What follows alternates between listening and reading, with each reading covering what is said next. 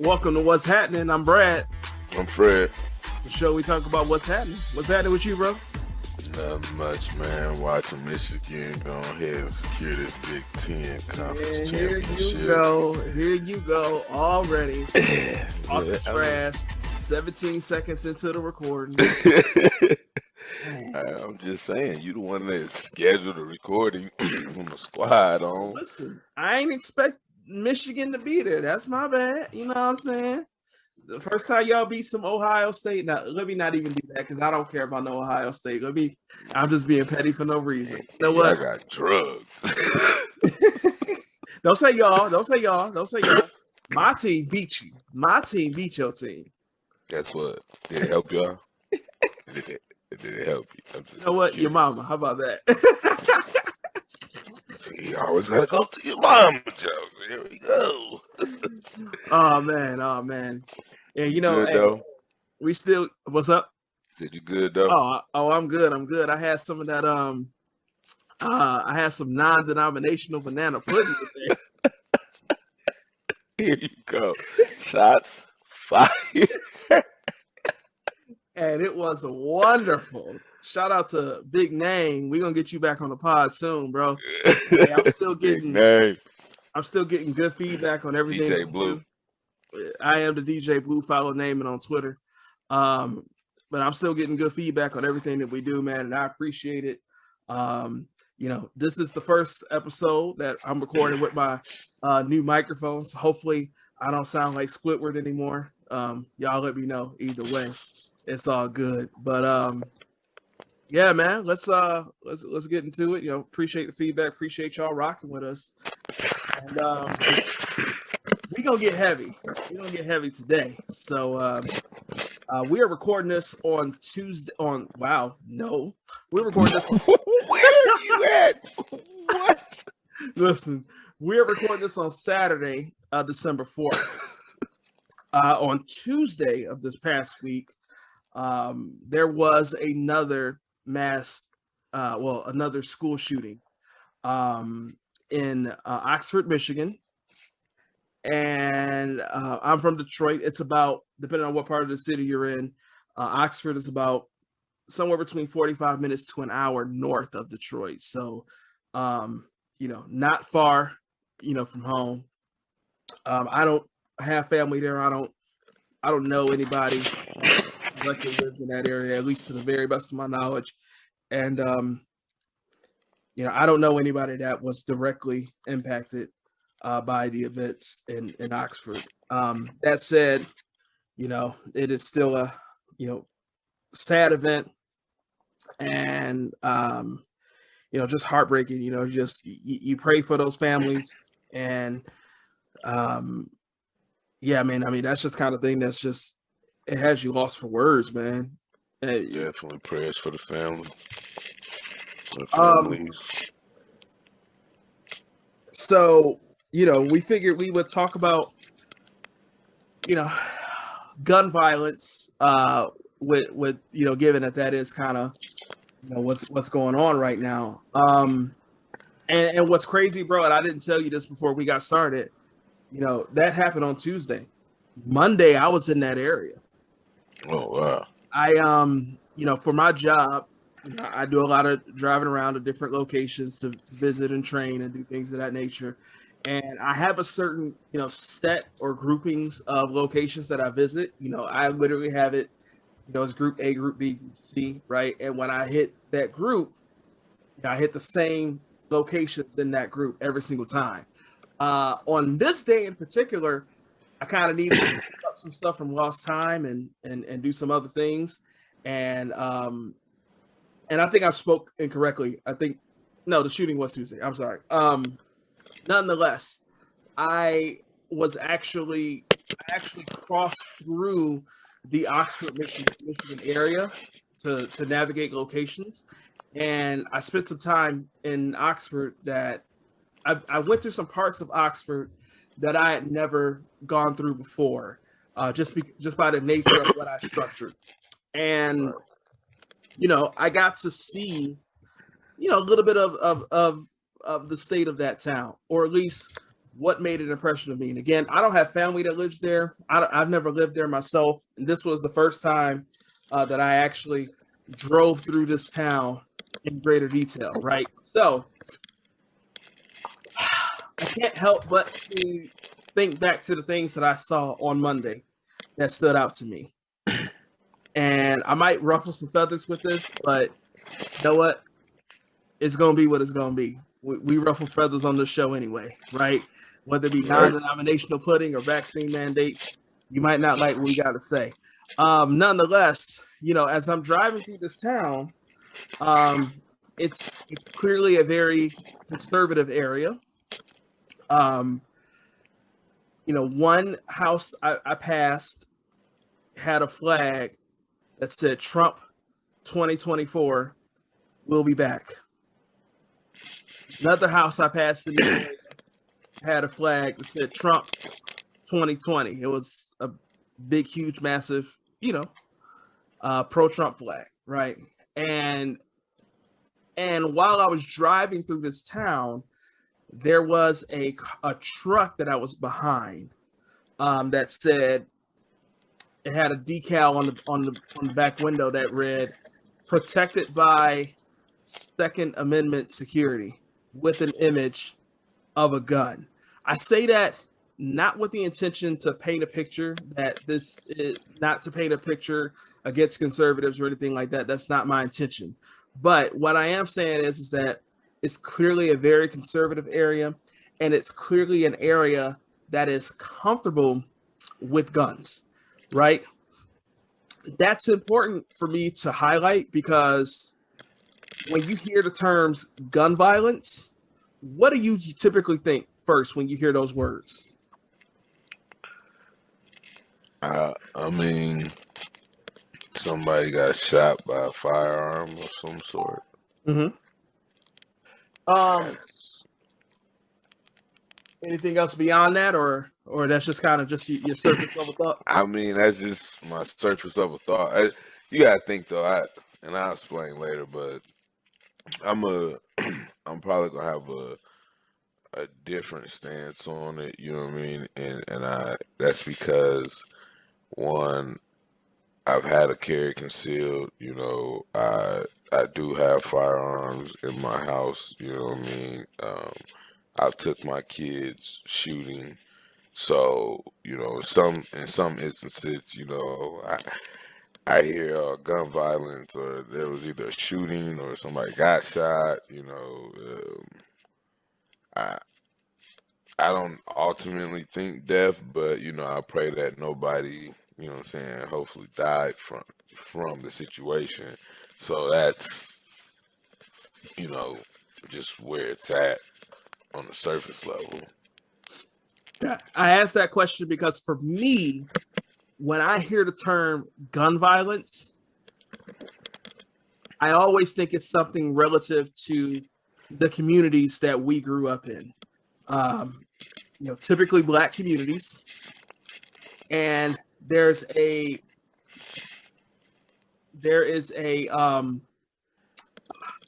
stigma, I guess is the term I want to use, that is tied to Black communities. So it's these are the kind of people that there's crime in these areas, there's lawlessness in these areas. These people are making these bad choices, and it seems as though every time that we hear about a mass shooting or a school shooting or something in this country, from my perspective, it's never in our communities. It's always in the places that we say, "Oh my God, I can't believe it would happen here." And it always seems to be in these areas that seem to be pretty comfortable with guns and access to them and things like that. And this may sound as though I'm saying like I'm anti-gun, no one should have a gun or anything like that. I am not that person at all. I do think that there is a certain level of responsibility that is not, let me say this differently. It seems that there's a lack of responsibility and a lack and something missing in the process that causes these situations to happen time and time again. Relative to this situation that just happened this week in Oxford, Michigan, um, for I'm sure by now, by the time we're listening, by the time this comes out, it's going to be over a week since this happened, and um, the child that committed the shooting of, he 11 people, 11 victims, 4 of which are now deceased, all under the age of 18, all children.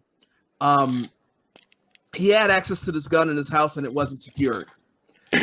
And the issue with that is that, if those of you that are following the story, that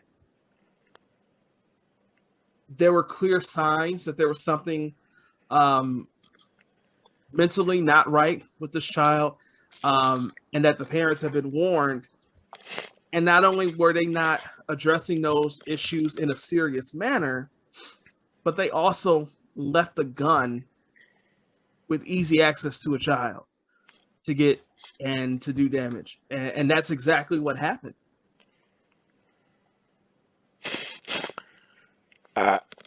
Okay. That is ultimately what happened. But what I am going to say is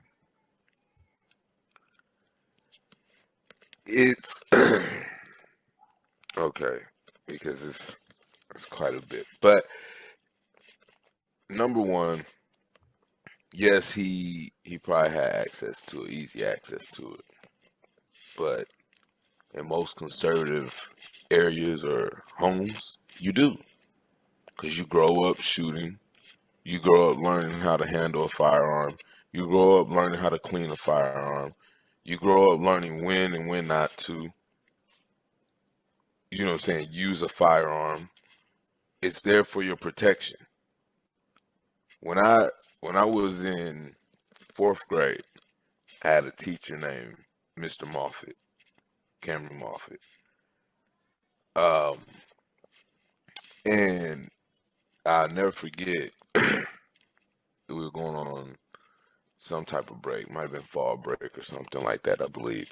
And he was going around the class and said, "Hey, what you guys gonna do, whatnot for fall break?" And we're like, "Well, hey, Mr. Moffitt, what you gonna do for fall break?" And he was like, "Well, you know what? Glad you asked." He's like, "My little boy just turned 5. I just bought him a .22 rifle. We're gonna go out to the woods and I'm gonna teach him to shoot."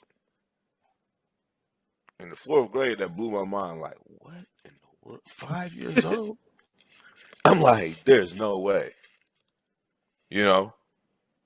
But once they, definitely get to a teenager, most of them got a 9mm or something. It's not theirs, but it's theirs. They go to the range or they go out in the, on the acreage and go shooting. They got their own little set of, firearms that they shoot that's theirs, and then, they shoot their dads and their pawpaws and what have you. You know what I'm saying? But it's a normal thing. When a lot of people look at gun violence, they want to always point fingers at, oh, well, there need to be stricter laws, or, they're too easily accessible, or why does this keep happening? But what they fail to realize, gun violence is not happening by law-abiding citizens. So I say that to say, even if you made it extremely hard, someone who intends on using,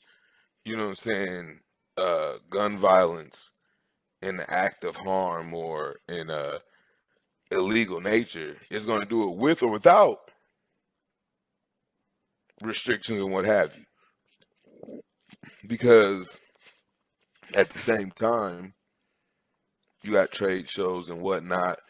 They can't check to see if you're a felon. You know what I mean? Not only that, if you at the trade show and you see his firearm you want, and you also brought something that you didn't mind getting rid of or thinking about trying to trade it in and maybe paying a couple extra $100 to get the firearm you're looking for, but somebody over here next to you is like, hey, look, I'll buy that one off of you right now for $350. You like, shoot, go ahead. Hey, why? Because he's in the trade show. So you expect or assume if he's here, he's legal to buy a firearm. You don't know what the intention is. That's fair. You know what I'm saying? So, and it's not just in that aspect. You know, it happens in all different aspects. People who are going to break the law are going to break the law, no matter how you slice it. And then to go back to the other point of when you say 9 times out of 10, when you hear of gun violence, you think of our community, and you're wondering why a lot of those issues are in our community. But it goes back to the point of what I said, that's in the more conservative community. If we taught our children at a younger age how to use them properly, you know, what they're used for, why to use them, it would slow a lot of it down. And the reason I say this is because you're not going to be as quick to target somebody that you know how to use them. Not as frightened as them when they see them. They're not going to freeze up, you know what I mean, because it's not their first time seeing a firearm being brandished in front of them. You know what I mean? So now you're taking a risk of, well, they might have one too. Because see, everybody around here using them. You're not going to break into people's houses in your community as quick when you know there's more of them around and more people have them. We do it because 9 times out of 10, we know we have the upper hand. And that's usually what it's used for, is the upper hand. Yeah. Now, I'm not against people owning guns, having guns, teaching your protecting your family, teaching your children how to protect their family when they get older. I'm not against that at all. My point is that we seem to have a real problem in this country with regards to mass shootings on a seemingly daily basis. And hold on, time out. Okay. How do you say we seem to have a huge problem? What makes you base that? Like, what makes you feel that we have a huge problem with gun violence in this country? All right. So just on a quick Google search on my phone, I searched mass shootings. There's an article that pops up from the New York Times. It says a partial list of mass shootings in the United States in 2021. And just real quick, there's the first image on this article is an image of the United States map. And it says on May 26th in San Jose, California, 9 people were killed. On May 9th in Colorado Springs, 6 people were killed. March 22nd in Boulder, Colorado, 10 people were killed. I feel like that was a grocery store, and I feel like I remember that one. On March 31st in Orange, California, 4 people were killed. Okay, I get what you're saying, but what I'm saying is, what do you have to measure up that this is a huge issue? Like, for the amount of population we have in America, you know what I'm saying, and the amount of deaths that, you know what I'm saying, kind of happen to balance out, I guess you say, the births that are happening as well. What are you measuring this to as it's an issue or it's a problem? Like, how big of a percentage is gun violence to death in America as to the other causes of death in America? Well, I think the Number one cause of death in America right now is COVID, but I don't want to go back to last week's episode. And that's not funny, but I just didn't want to. I don't want to do that. But that's what I mean. I'm being real. No, I mean I'm only asking because I'm trying to get at something as well. So when you look at mass shootings in the United States versus other countries, so just a quick little research on Google on my phone. An article comes up from BBC. Says just a quick scroll. How does the U.S. compare to other countries? There were 14,400 gun-related homicides in 2019. For who? For the United States. Okay. And how much was it for the other countries? Oh, no. That was in total. And 73% of those were in the United States. So the other 27% is outside the United States? Is that what you're telling me? No, I'm looking at that wrong. Hold on. Oh, international. Oh, I'm sorry. Because again, y'all know we don't script this show. We do everything live and in color. I mean, I think you're embarking on what I was getting at in the first place. So so this says the international comparison of gun-related homicides killings as a percentage of all homicides. So for homicides in the United States in 2019, 73% of the homicides were gun-related.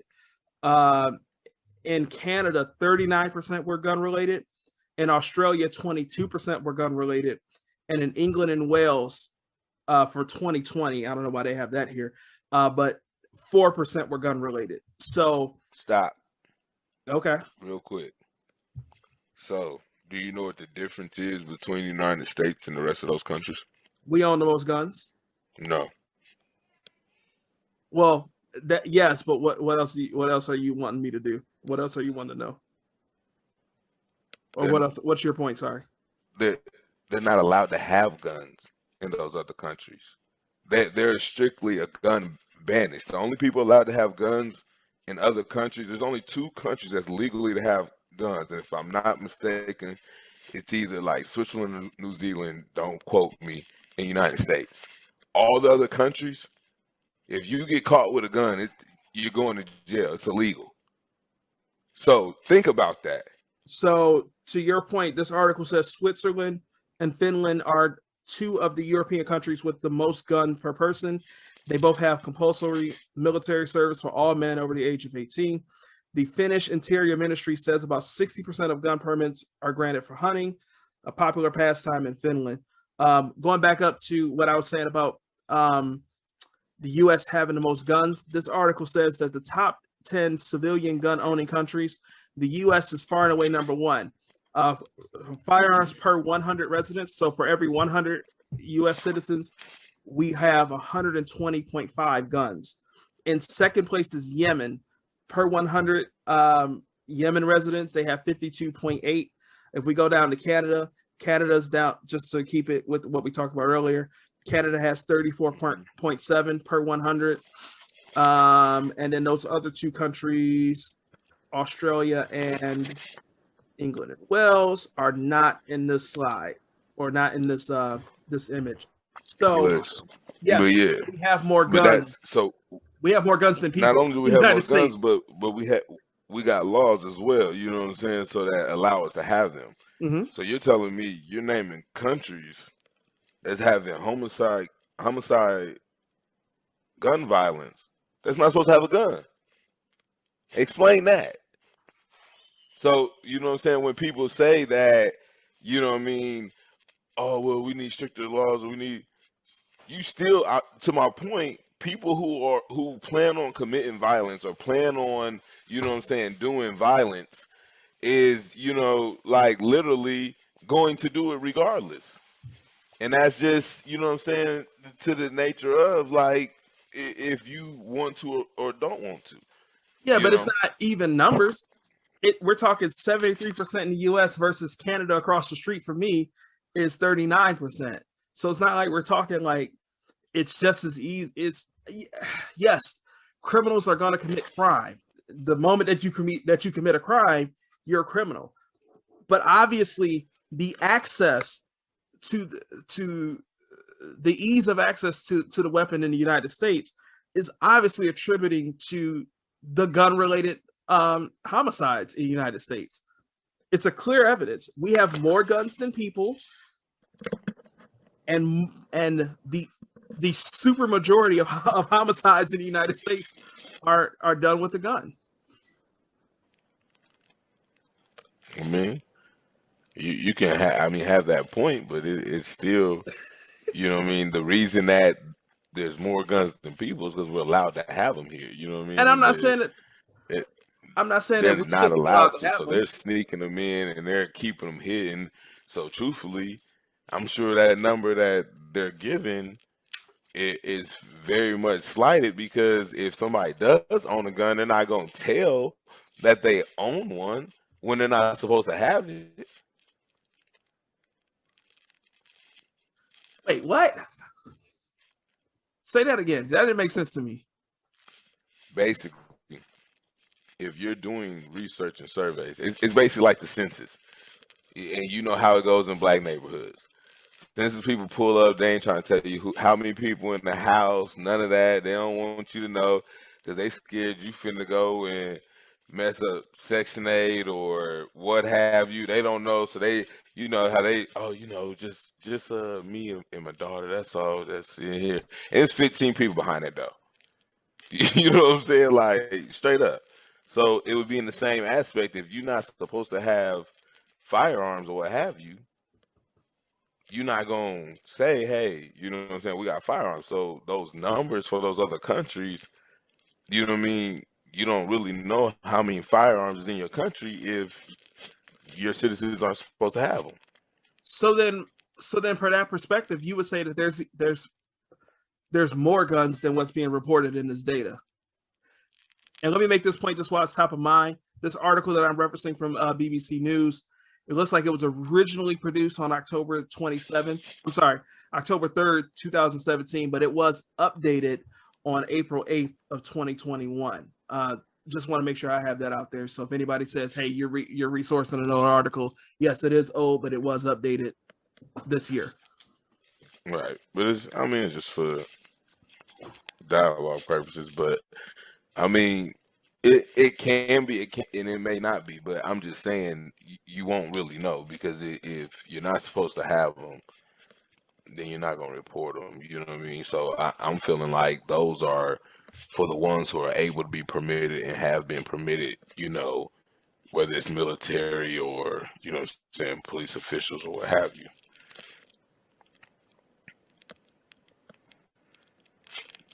But then also look at it in how many stabbings, are homicide related in the U.S. versus other countries. Well, it's probably going to be it's going to be flipped upside down. If 73% are by guns, the other 27% are going to be by stabbings, strangulation, vehicle run type deals, stuff like that.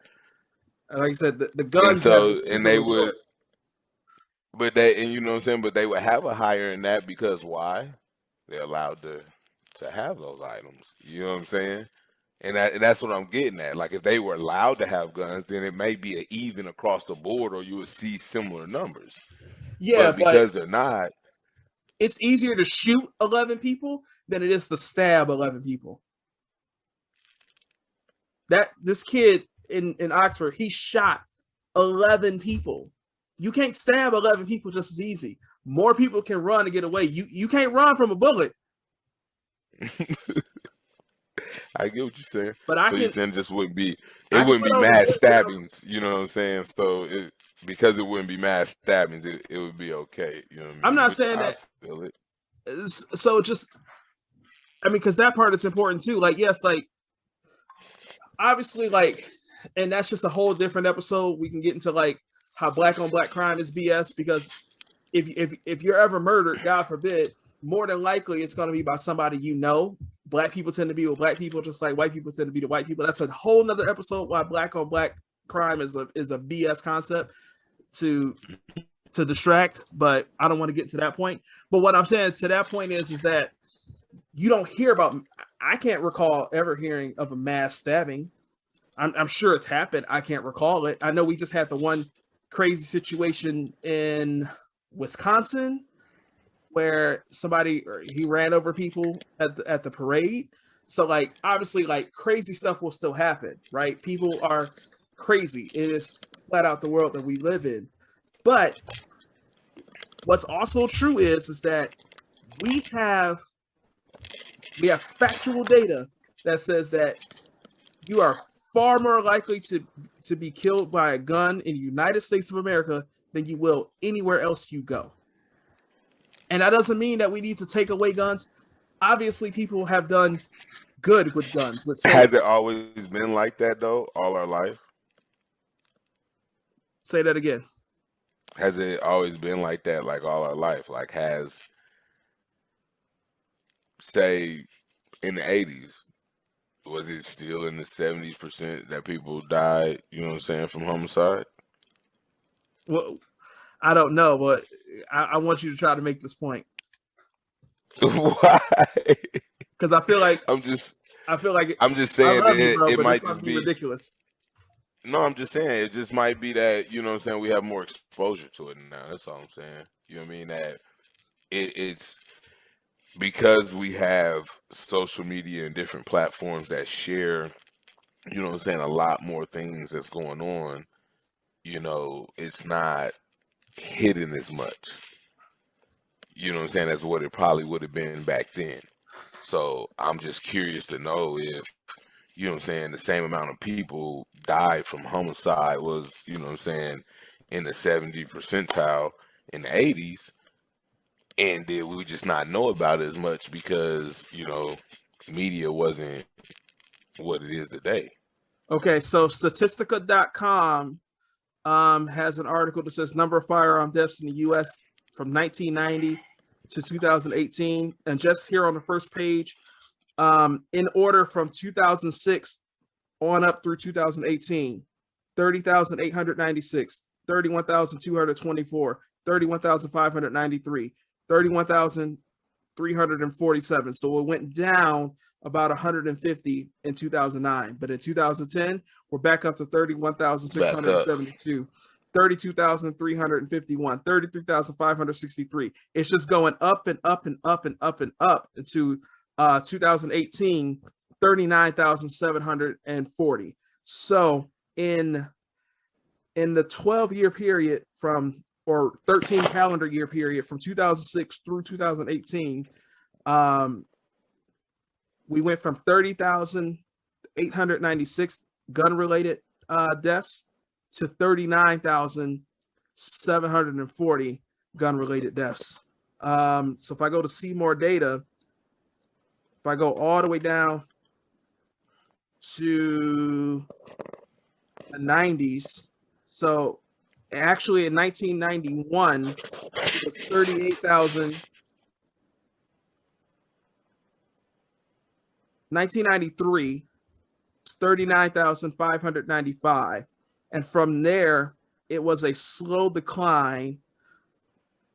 It went down dramatically from 94 to 95. And it went down, we got into the 20,000s. And it looks like our low point was in the year 2000 at 28,663. And that's probably because everybody was worried about the Y2K shit. They ain't had time to kill nobody. You crazy for that. And it's basically been, subtle dips, but a steady climb for the most part from the year 2000 through to my point, but to my point, you can say, you know what I'm saying, it's pretty much been consistent throughout time. That it's been up there, it's been down, it's been up, it's been down. But you just said in 93 it was 39, and just in what you just say 2000 something, it was 39. So the height the height was 1993. 1993 was 39,595, and this is just in the United States, not the world, like that last article. Right. And then in 2018, it was 39,740. So the height was 1993, but we saw a steady decline after that point until the year 2000. So it wasn't really like up and down. And the years that it went down, we're talking Minimum. 0.5%, maybe, not even that much. We've basically seen a steady climb since the year 2000 back up to the 90s level. So to your point about like more exposure and things of that nature, I'll be right. Is we just see it more now. You know what I mean? We didn't get the news in California and Ohio, you know what I'm saying, unless it was something catastrophic, you know what I'm saying? Not saying that a mass shooting is not, you know what I'm saying, catastrophic, but it's just what it is. You didn't, in the 90s, you didn't see, you know what I'm saying, the news from all across the world like you do today. Well, hold on. I don't know how fair that is, because in the 90s, I mean, in 1993, I was 7. I wasn't watching the news. I was watching Power Rangers. You know what I'm saying? So, like, I don't see that as an appropriate comparison to the time. Yes, it's more exposed because of the internet and because of social media and things of that nature, but also the numbers are rising up. So we have it in our face that it's more exposed. And now we're smarter than we were in 1993, and we have it's proven it's more exposed, like in all aspects, not even just with gun violence, but in all aspects, it's more exposed. Like back then, you know what I'm saying, like if it wasn't JFK being assassinated, or if it wasn't, you know what I'm saying, Aaliyah dying, or Pac, or Big, you know what I'm saying, like you didn't hear about just normal stuff, you know what I'm saying? If it wasn't plane crashing in the sun, you didn't hear about stuff that's happening in New York every day, you know what I'm saying? Just because, you know what I'm saying? You had your local news, you didn't get that CNN, everybody, anything you change to it is showing the same thing type of deal, you know what I mean? Unless it was something huge, you didn't know about, you know what I'm saying, those type of things that was going on.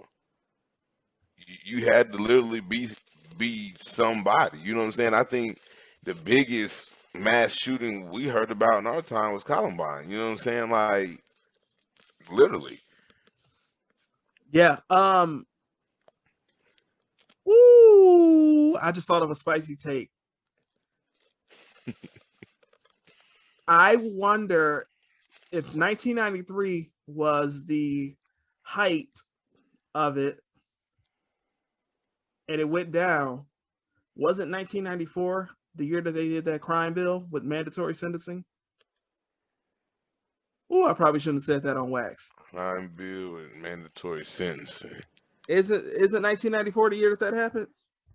I feel like that was the whole thing Trump campaigned on, was that Joe Biden was the leader of the 1994 crime bill. I feel like that's all I heard for 2021 or for 2020 in the election. I don't know what that bill is.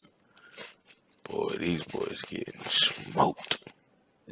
Fred, we already trying to have a real conversation. Yeah, the Violent Crime Control and Law Enforcement Act Bill in 1994, commonly referred to as the 1994 Crime Bill, the Clinton Crime Bill, or the Biden Crime Law, is an act of Congress dealing with crime and law enforcement. It became law in 1994. So that's the one where the mandatory sentencing and like I'm not saying that was a good bill to have or anything like that, but it seems like that coincided with the precipitous drop in gun violence. So I guess the question now is, what happened in 2000 that ramped it back up? What was at its lowest in 2000, 2001, and started ramping back up? Fair enough. So what happened in 2001 that ramped it back up?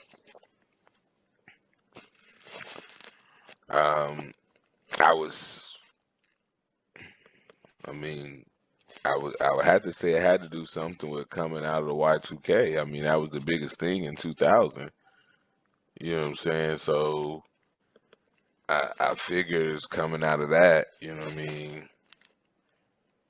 And I know it might sound crazy, but my auntie was one of them. She was nuts about that. She had us filling up jugs of water. She was saving canned goods. Like, it was crazy to her. So I don't know what everybody else folks had thought about it or whatnot, but my auntie was tripping. Like, my mom was like, "Girl, ain't nothing gonna happen." She's like, "Look, all right, y'all gonna all be at my house talking about you the only one to listen." Like, Listen, and me and my church going family, we gonna be all right. If it's gonna be that bad, Jesus gonna come through and rapture us on up. We gonna be all right. hey, I mean, we was at church. I never forget, because soon as watch service hit 12 o'clock, I was looking like, lights gonna go out. Like, how this gonna go down? Man, I didn't go to watch night service that night. I was with my grandmother, my nunny, rest in peace. And I remember stressed after midnight, ain't nothing happened. And she was like, I knew one nothing gonna happen.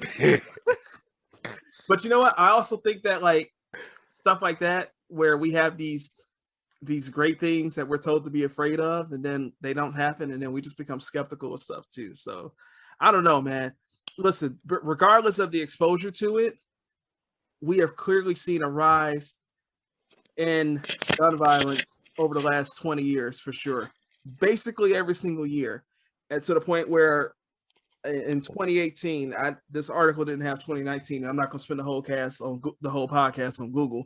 But from 2011 from 2001 to 2018, we basically saw an increase every year to the point where we went from just under or just around 30,000 deaths to almost 40,000 deaths related to guns in the United States every single year. And then we also have other data that says that when it comes to homicides, when it comes to someone being killed, the super majority of those murders in the United States are happening with the gun. It's just, yes, criminals are gonna be criminals, but something's got to change. And I'm not necessarily saying that you got to take guns away and can't nobody have a gun. That doesn't seem. First off, it's against the Constitution. So That's not gonna fly. Let me just go on this rant. Real quick. Guns ain't going away. Guns are not going away. It is impossible. You're going to kill a whole lot of people. It's impossible. According to the law, it's not impossible, but realistically, it ain't gonna happen. I think you need 2/3 of the states, which means you need 38 out of the 50. That ain't happening at all. I don't think you can get. I don't think you can get 3 out of the 50. Nah, you might pull for a good 10, but that's it. I don't see it. But something's got to happen. These kids. But to me, it's just a line to get some votes in. And say, oh, we're gonna ban them, knowing they can't. You know what I mean? But it just sounds good to people that want something done about it. And that's the other thing too. When people talk about like banning guns, I don't know who's calling for guns to be banned. I've never actually heard that. I mean, they have it, and I think the reason. Who is they? From my understanding, Hillary Clinton started, and then whatever, and the Camilla, she was on it as well, her and Biden. But I think the biggest fear comes from people who have carry conceals, people who have been through different trainings or listen and watch different videos where people are trying to sell you on different training tactics stuff and whatnot. They use that, and they use videos with people from other countries like, you guys are the last country standing. I remember when we had our firearms and they made us all turn them in. If not, they were coming to doors, taking them. And we just watched them take them and throw them in a big pile, burn them, melt them down. And so basically they became helpless as a community. You know what I'm saying? Like they can't stand and fight for themselves. They, you know what I mean? Like if they ever want to have a disagreement, you know what I'm saying, with anything bigger than them, what can they do? And they realize it. And that's why you have a lot of these countries where, you know what I'm saying, they don't rotate, you know what I'm saying, prime ministers and whatnot and queens and it's inherited and passed on. Ain't no voting going on. And even if somebody want to change how they do that, how they gonna do it? What they gonna stand up and fight with? These? They got guns. They got guns. You know what I'm saying? And that's the reality to It's the way you said these. it. Hey, listen. It ain't no point. You know what I'm saying? So I think that's the other part to it is what people really be thinking is like it's not just the fact that, you know, them taking it, it's after they take it. You know what I'm saying? If we say no, they just kill us. Ain't nothing you can do about it. You just get killed. You disagree, you get killed. You act out, you get killed. You try to persuade somebody else, you get killed. You know what I'm saying? At this point, it's like, you disagree. I'm gonna try to talk it out with you. You know, we might detain you. You know, I'm gonna call for backup or something. But they already know it ain't just no. I done seen you done seen plenty of times where one man had a standoff and they got 30, 40 cops out there. One person, one gun. Some of them have more than one gun, but they bring the whole cavalry. It be one person inside. You would think it's 20 people, 50 hostages. Like they got something really going on. It be one person with one gun. So it shows you, it gives you, you know what I'm saying, a little bit of power. I mean, it truthfully, your firearm should be for hunting and for protecting. That's it. That's all. You know what I mean? You don't need them for anything else. Hunting and protecting. If you're not going out to kill what you gonna eat, or going out to kill it and clean it and sell it, because some people aren't meant to be hunters. You know what I'm saying? So, but everybody gotta eat. So if you're not going out to be the hunter, and you're not at home protecting, you shouldn't have to. But the world we live in now, you never know. You can be Now, somebody staring at the gas station at this point. now that I agree with you. You should be able to hunt to feed your family for sure. You should be able to protect your family for sure. Right? Mm-hmm. But if we continue to leave things the same that they've been, the same way we've been doing things for 200 years, or however long this country's been existing and been racist, I ain't gonna do that. But however long this country been existing, you get Oxford, you get Charleston, you get Sandy Hook, you get Columbine. And so what I'm saying is that I ain't with taking guns all the way from everybody, period. But something got to change, bro. Something got to change. And I mean, I agree. Something do got to change, bro. Like that's 100%. You know what I'm saying, the truth. But I I think change starts. You know what I'm saying, at home. You know what I'm saying. You gotta get a hold of your kid and talk to them and get them the help.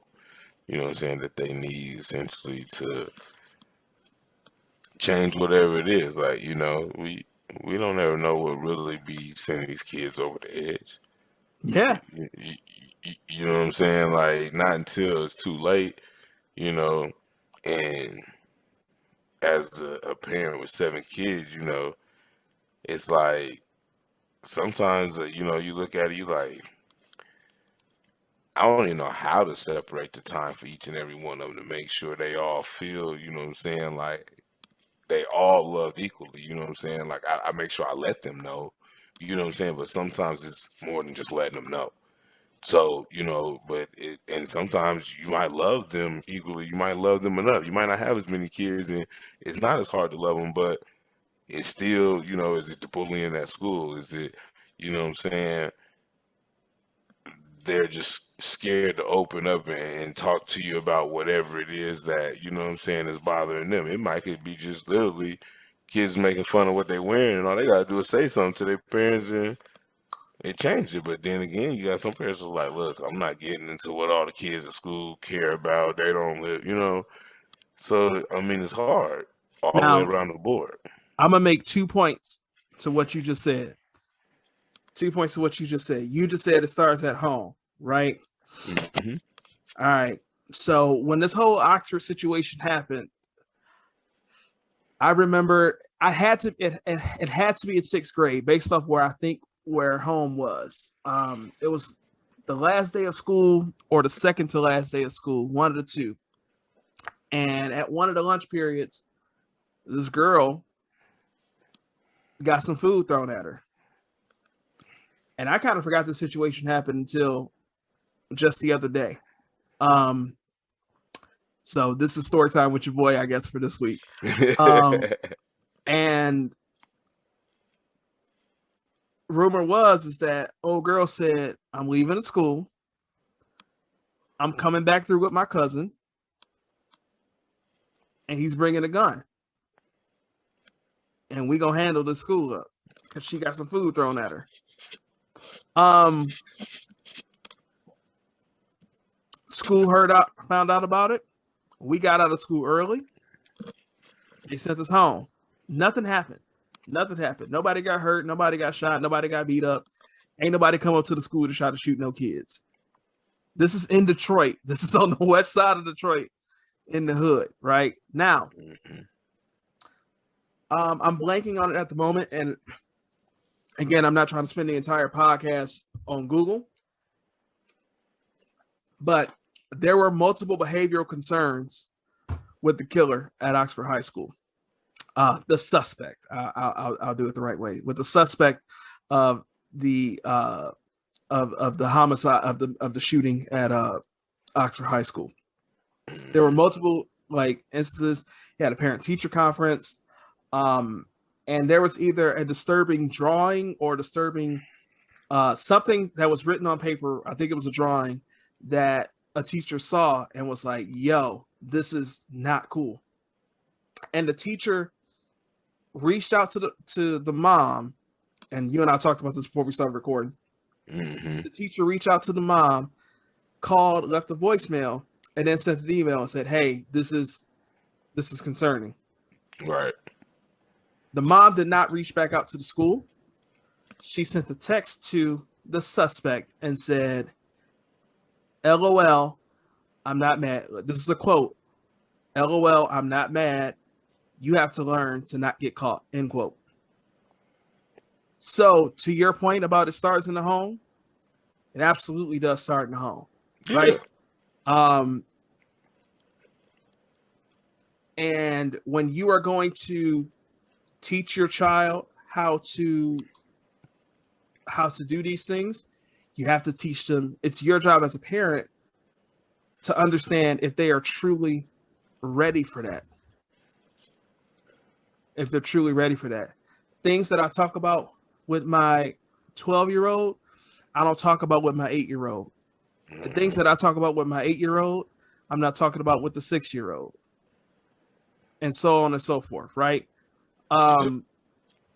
It's your job as a parent to understand where your child is. What work have you done to get them to that point? You don't just do it because, oh, I did this when I was 5. It's fine. Every person is an individual, right? And some conversations, and to that point, my 8-year-old, some things that I could say to him when he was 6, my current 6-year-old, we don't have those conversations just yet. Right? It's my job as a parent to understand where each one of these children are at, right? And it's not necessarily relative to their age. That certainly plays a role in it for sure. but it's also about understanding who they are as a person. It's about being involved in your children's life, right? And you were just talking about that a few minutes ago. You may not be able to show. You said you were. It's a balancing act to give that care and attention to all 7 of them. Woo! God bless you, bro. It ain't easy, but hey, it's fun. Every day is something different. Absolutely. But that's where you say it starts at that home. It's up to parents to recognize it, because again, every time one of these situations happen, it's, I can't believe that happened here. Not in our community, not for us. And then I didn't know if I was going to do this, but I'm going to go on this little rant too, since we're here. I've said it on a few times. If you know me, you already know this, but I'm a person that's grew up in the church my whole life. My father was a preacher. I got plenty of preachers in my family. I said before, my mom is saved, sanctified, baptized, and filled with the precious Holy Ghost, all of that, right? So I get mad when I see this situation happen. And then you see, I was driving home from work and I saw a billboard that said, pray for Oxford. That stuff makes me mad, right? And listen, we said it too at the beginning. We said, hey, we praying for these folk, right? But I get mad about that because, and this is not necessarily meant to be church. This is just who we are as people. But, you know, forget it. I'm going to do it. The Bible says that faith without work is dead.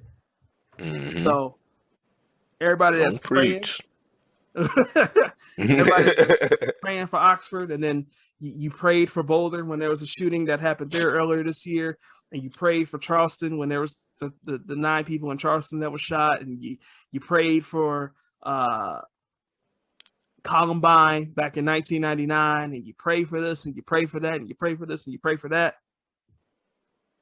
Do something behind it too. Mm-hmm. And I'm off that soapbox. That's the benediction. Hey, I mean, truthfully, I think that's a great point to end on. You know, hey, you know, folks, you know, guns don't kill people. People do.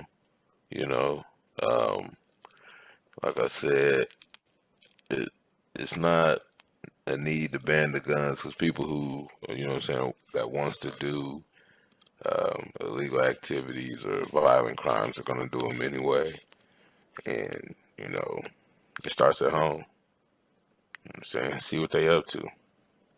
See what's bothering them. Ask some questions. That's all I got. Listen, man. Always a good conversation with my brother here. Always. You know, let us know how y'all, what y'all think about it. Are we crazy? And listen, let me just say this too. I appreciate all my folks rocking with me, listening to the show every single week. But if y'all want to help me out, take it to the next level. I get a lot of messages saying, hey, I'm loving the show. Hey, I can't believe this fool said non-denominational banana Thanksgiving, all of that, right? I love all of that. Don't get me wrong. But the purpose of Whus Hattnin is to have conversation.